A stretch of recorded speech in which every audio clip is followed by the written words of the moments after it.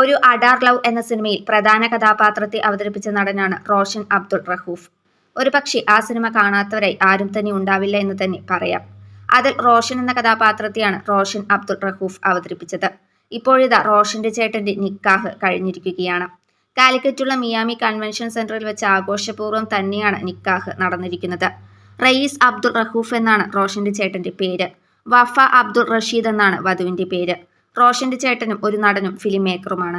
ഒരു അഡാർ ലവ് എന്ന സിനിമയിലൂടെ സിനിമാ പ്രേക്ഷകരുടെ പ്രിയപ്പെട്ട നടനായി മാറുകയായിരുന്നു റോഷൻ. നായക കഥാപാത്രത്തെയാണ് ഒരു അഡാർ ലവ് എന്ന സിനിമയിൽ റോഷൻ അവതരിപ്പിച്ചത്.